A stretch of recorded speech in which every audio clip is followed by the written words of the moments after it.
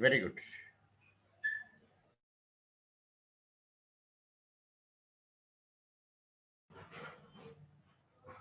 कविता तुमचा mic mute आहे, unmute करा. Oh, sorry, sir. Okay okay. Hello, friends. Good morning. Today I am giving you seminar on postmodernism. I am Kavita Raghunath Palmate. My roll number is 12. My seminar topic name is postmodernism. First of all, we have to understand what is postmodernism. What is modernism? Then we can easily understand what is postmodernism. So let's start. What is modernism? Now modernism all know comes somewhere around 1900 and 1910. Have you ever wonder what led to modernism? Why writers like T.S. Eliot, Matthew Arnold talking about fragmented, we're talking about absence, we're talking about faith, we're talking about pain. If you understand socio-economic condition of European countries during and before 1910, you will able to understand.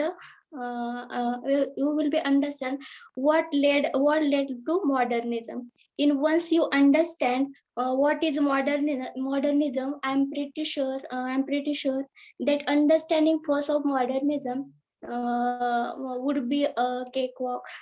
So let's first understand what is modernism. But before that, it's important to know how modern versus modernism. They are different from each other. These two words, modern and modernism, seems to be like, but there is a very big difference between them. If you look at the modern, you can define it historic. Modern is when you don't either to the previous notion or traditional values. In that case, every age is modern. If every age is modern. If you look at your parents, they are always called as you are guys modern generation. Modern generation. Why? Because we guys don't follow their values, their principles, and traditional values. That's why they always called as a modern generation.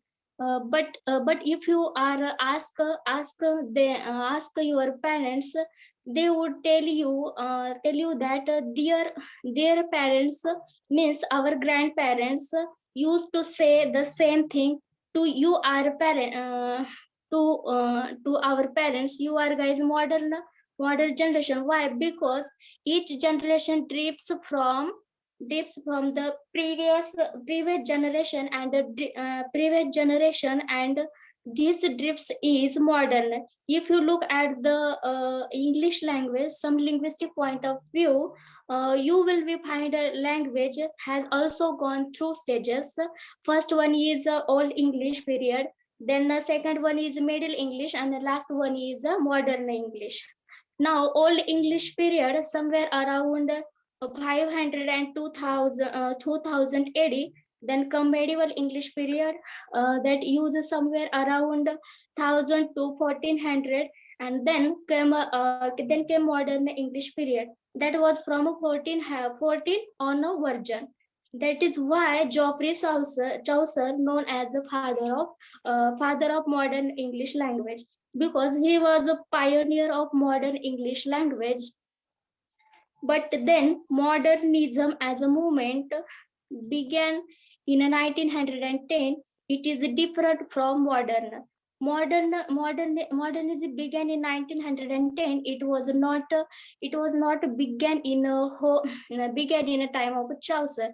Chaucer known as the father of modern English language because the English is a language started in a modern from a dictate apart from medieval English. When Chaucer began writing to modern as a word is always getting meaning historic sense. From a historic sense, every generation in that sense is a literary moment, a literary period which began after 1910, and it was during modernism.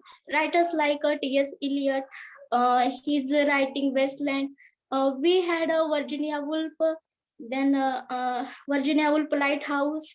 We have James Joyce writing Ulysses, Portrait of the Artist as a Young Man. Mm. All these words actually symbolize the main principle. The man values modernism, which is a literary movement beginning around 1910, and after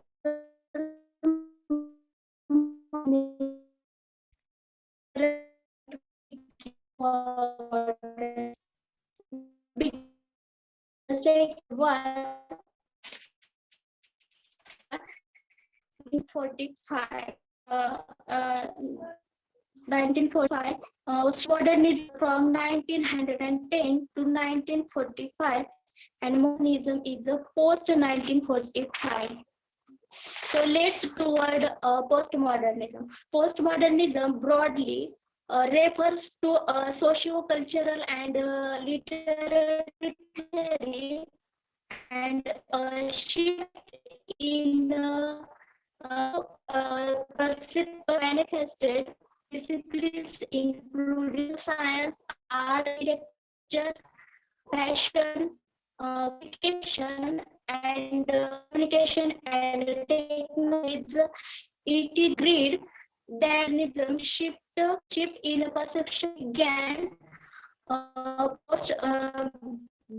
began sometimes in the 1920, and it's probably continuing post and be a power shift and develop the post Second World War and the slot of consumer capitalism.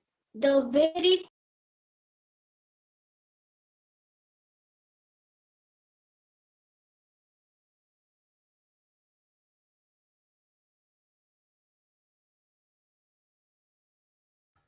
Hello Prajakta, तुम्ही करता का presentation आता?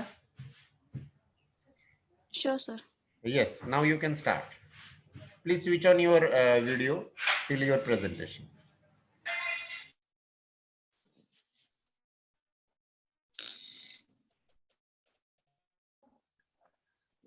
Good morning, everyone. Sir, Kavita is back.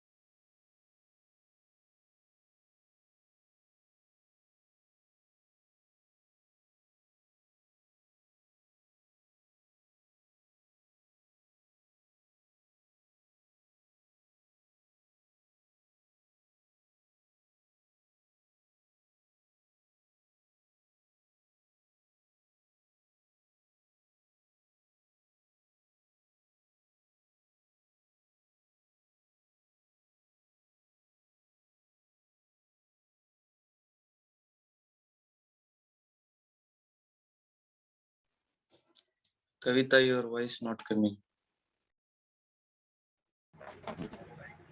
Shall I continue?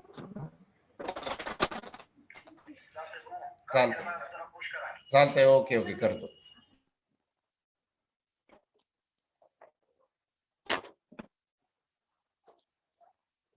Hello. Hello, Kavita. Are you getting the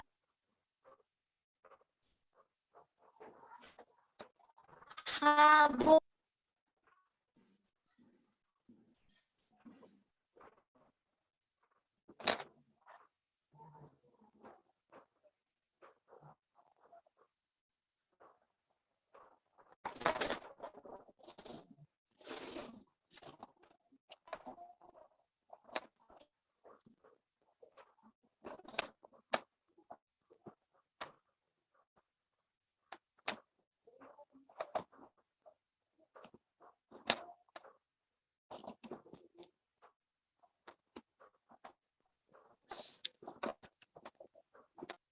Prajakta, you start. Prajakta, you can start now. Okay, sir.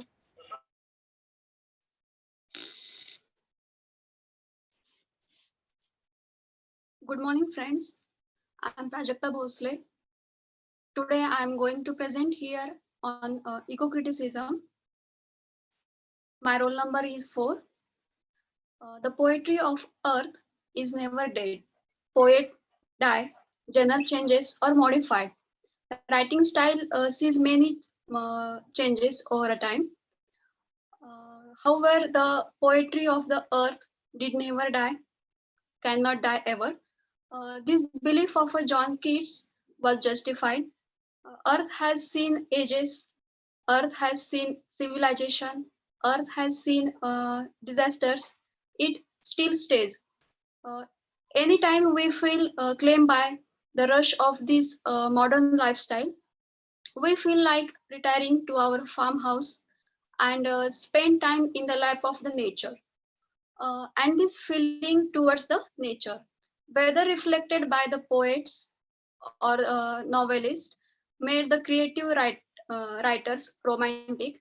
And when this feeling turn itself into a critical faculty of the intellectual, it becomes eco-criticism or green studies. There are several studies in this field which which tend to highlight that it emerged as a trend in the literary studies only after the 1980 in the USA and early in 1990 in the UK. So first of all, we discuss on what is the eco-criticism. In the simplest possible term, eco-criticism is the study of the relationship between the literature and the physical environment. It was proposed by the pioneer or the father of this theory in the USA, that is the Glotfelty. The study of the nature as presented in the pieces of the literature is what that has been a playground of a people concerned with these theories, concerned with this rather new moment of the literary theories. As per the term eco-criticism, it only came into the major play after the attempt of Lord Felty. Right since the 1989 Western Literature Association conference, Lord Felty urged the scholars to the use the term to refer to the belt of the studies, which was previously popular as the study of the green writing. The scope of eco-criticism is concerned the cultural matter of the relationship between the culture and the nature. Perhaps the most fundamental point to make here is that the eco-critics reject the notion that everything is socially and linguistically constructed. Now I will discuss on the way of the eco-criticism. The first way of eco-criticism is in the US, celebrated primarily non-fiction nature writing, such as that of the Henry David, Mary Austen, Edward Abbey, reflecting the legacy of the American transcendentalism and individual connections with the landscape. These authors often wrote about the land and the wilderness in broad sense, uh, compared to the Wordsworth, which highlighted the fixation on the sublime nature of the environment.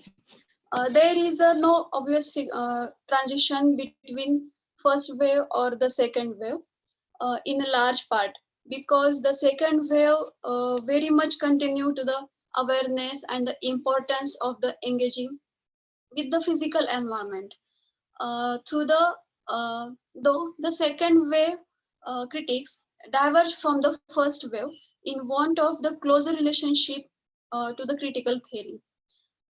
Eco-criticism continues today as a blend of a wave 3 and 4 also, both interweaving their ideas through the cultural landscape.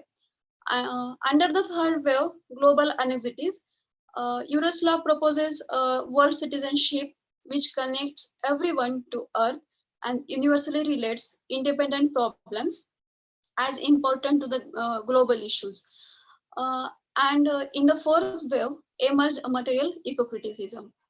Eco-criticism now focuses on the interchanges across human bodies, animal bodies, and the wider material world. Thank you so much.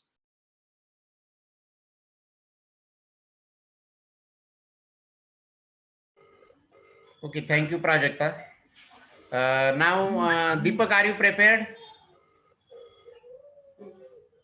Yes, sir.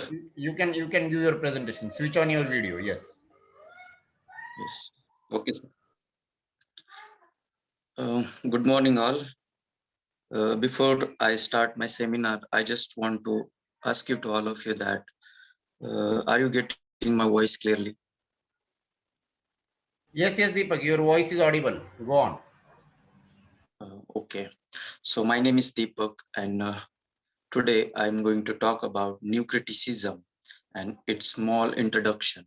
So first of all, we will see new criticism. This term started in England first and America. So whenever we talk about new criticism, the first one name comes into our mind, that is John Crow Ramsden. He written a very famous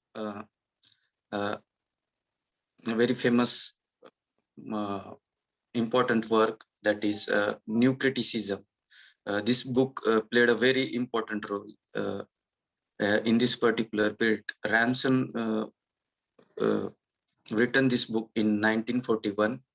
So before Ransom, Jesse Eliot and I. Richard had contributed, and from these two people, this new criticism was started. Next, we will see what is in new criticism. In new criticism, all authors have focused on close reading and word. In new criticism, author says that text is autonomous. It means that you should read and you don't need to see the background of the author and in which situation author has written a particular work.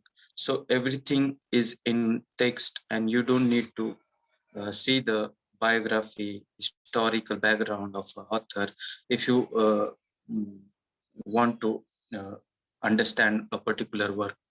So next, they refers us that we should focus on literary devices. So what are those literary devices? We will see the first metaphor, and second is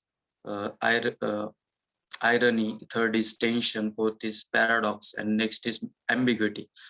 So through these devices, which I just mentioned, we can understand thoroughly.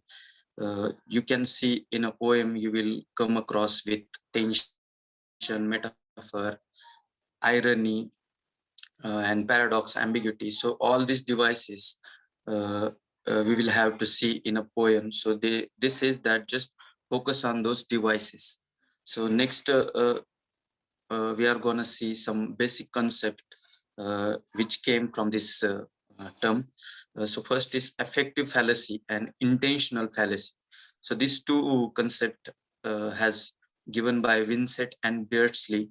So second concept is heresy of paraphrase and ambiguity are given by W. Imson. He described about it in his very famous book, that is seven types of ambiguity. Next, we see some important critics in this term. It is very important for a competitive exam point of view. So first author is Clint Brook. He's very famous, famous, and he written a very famous book, The Whale Frog Urn, in 1947. Next, Vincent, he written a book, The Verbal Icon, in 1955, 1954. Imson written Seven Types of Ambiguity in 1969. So next, I.A. Richard uh, written A Principle of Literary Criticism. Robert Penn Warren written Understanding Poetry. So these are the most important critics in this term. So this is all about my seminar. I hope you understand and enjoyed my seminar. If you have any queries regarding my seminar, you can ask. So I will try to solve your all the queries. Thank you so much.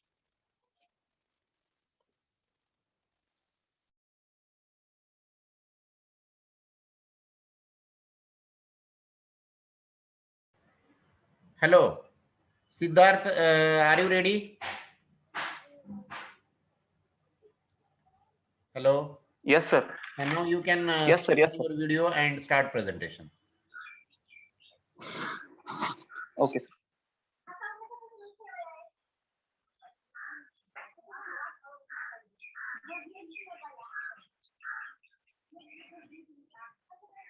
Good morning, all of you. My name is Shirsagar Siddharth.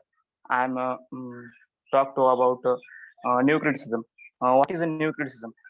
Criticism is means someone to criticize to some factors and literature. They are criticized. Uh, Criticize means you think about, you look some literary works.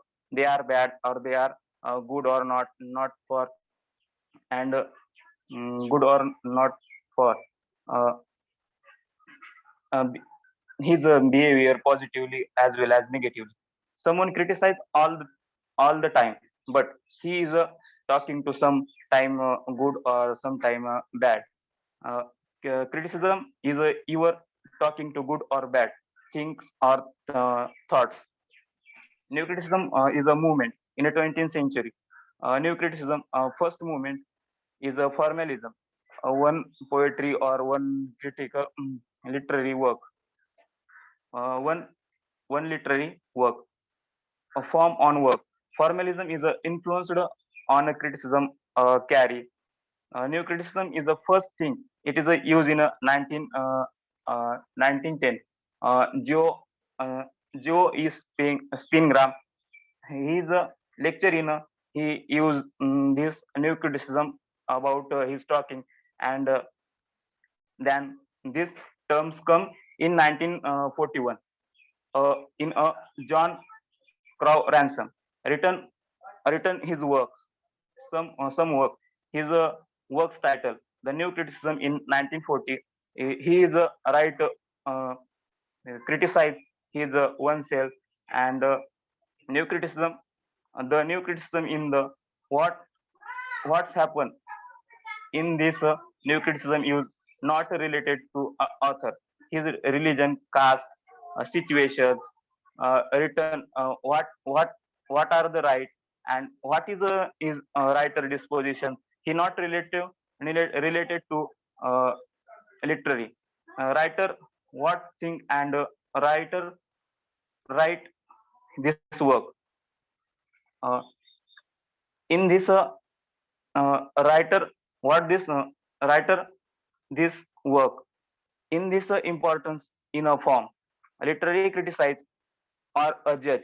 This this time only this time new criticism is a particular analyzing and a poetry. They criticize all the work, but this time focus on a poetry. He is not seen which wrote this poetry. He was seen poetry form. Which type from use in a poetry? Which type from use in a poetry? He which type settings and which type uh, which type rhyme use in this?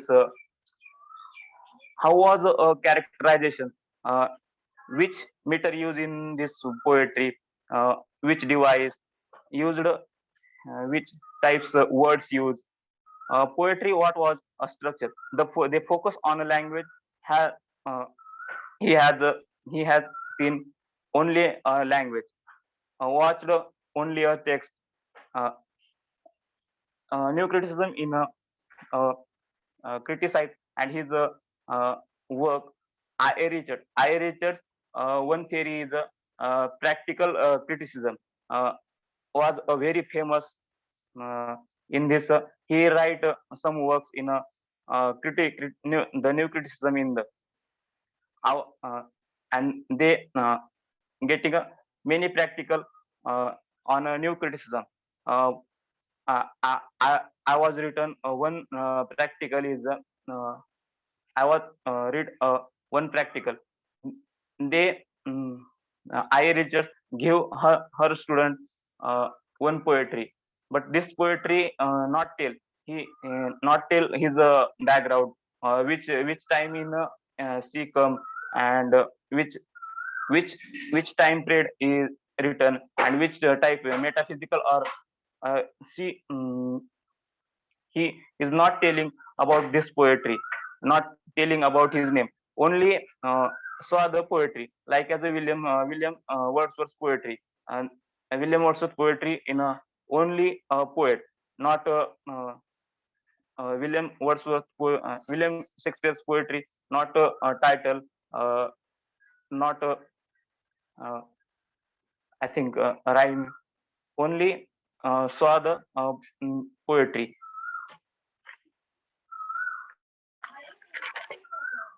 New criticism, the new criticism for a famous writer in the 20th century, I.A. Richards.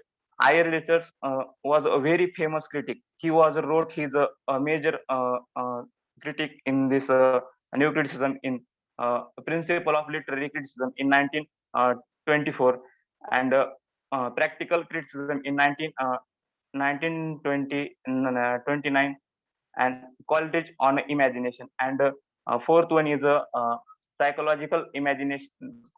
Coleridge uh, psychological on his criticism. I. Richard is the first writer psychological criticism and uh, on his importance. Psychological criticism means you what think and what to do and where to. Uh, Coleridge, he was a poetry in a systematic or complex theory. Poetry to formulate.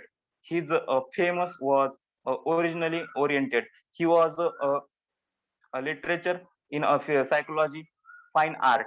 Readers reads what's read and Richards like as a poetry first thing man mind how to work. One critic to understood the man mind how to do work and mind in a very large and vast thinking.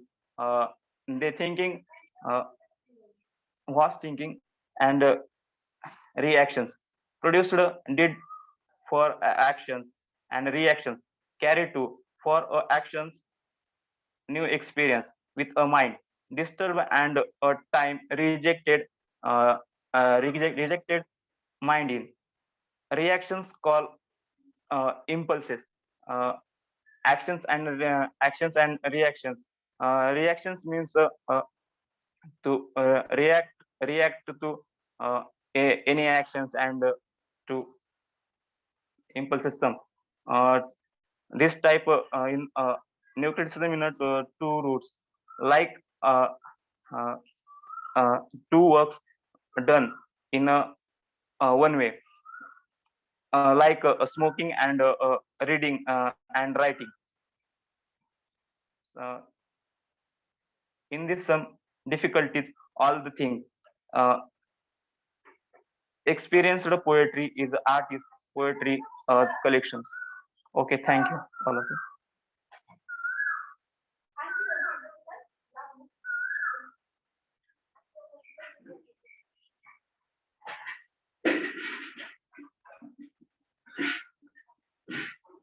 Hello. No, no. Siddharth, finished? Yes, sir. Yes. Now, very nice presentation, Siddharth. Now, Manisha, are you ready? Manisha Kamble? Yes, sir. Please switch on your video and start presentation. Yes.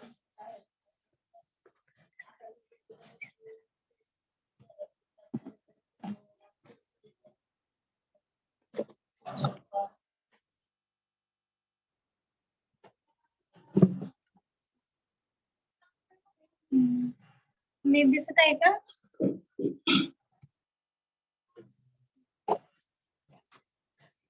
Hello, good morning.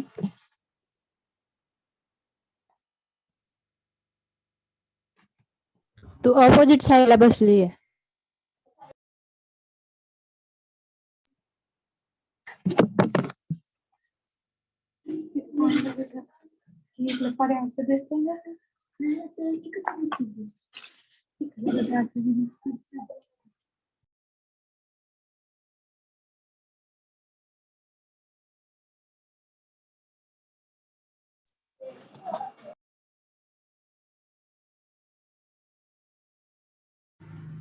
Manisha.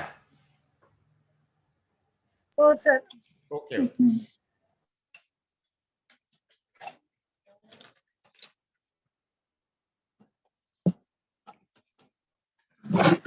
आता दिसतंय ना? Okay, Manisha, you are visible. Your video is good. Okay. So, hello everyone. Good morning. My name is Manisha Maruti Kamble, and today's my seminar topic is eco-criticism. And eco-criticism. Today we will study about the eco-criticism and their eco-criticism. Here I'll give you about the basic information this literary type. And first we should just first we should know about the what is the eco-criticism. So eco-criticism explores how human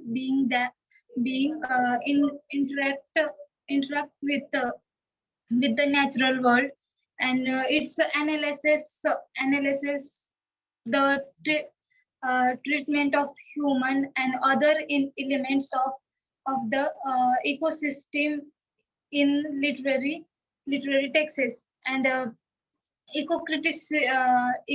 eco-critical study of a literary texts offers a solution of the environmental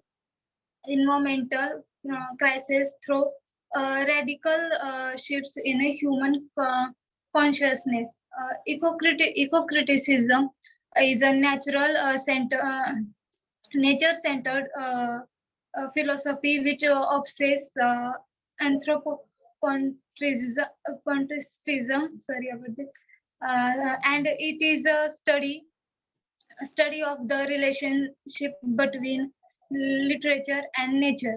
So it is a nature oriented philosophy, and it is a to village the relationship of human and nature, and it is how it is depicted is in literary texts. So next point is of the criticism is a seminal works. In the fields of eco-criticism are the first is eco-criticism.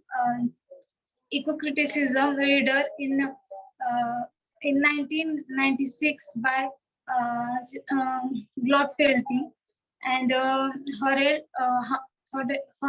Farm. Another is environmental imagination, which was published in 1995 by Lawrence Bells. So there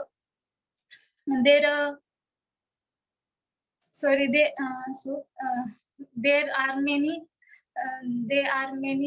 eco-critics who contributed in these fields and dialected this theory of theory. So here is the list of some prominent eco-critics.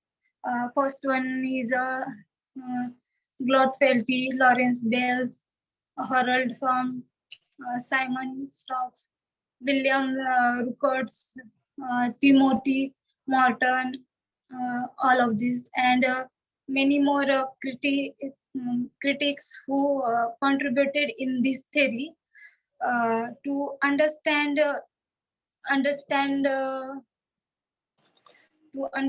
at describe in a specific word, specific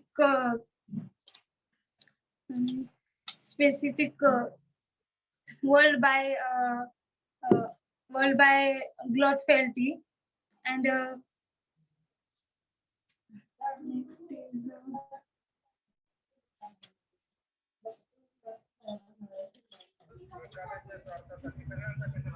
Hello, Manisha, is it over? no sir. Okay, continue. Only 1 minute left. 1 minute is left. Please round up fast. Okay, sir.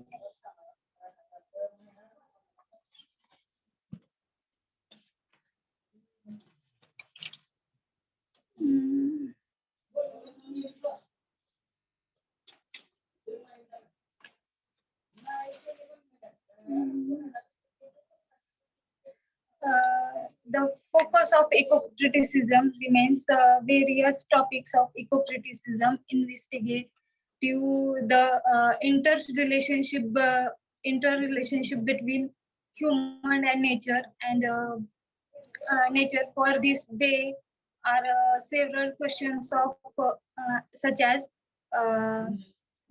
how is the nature represent in a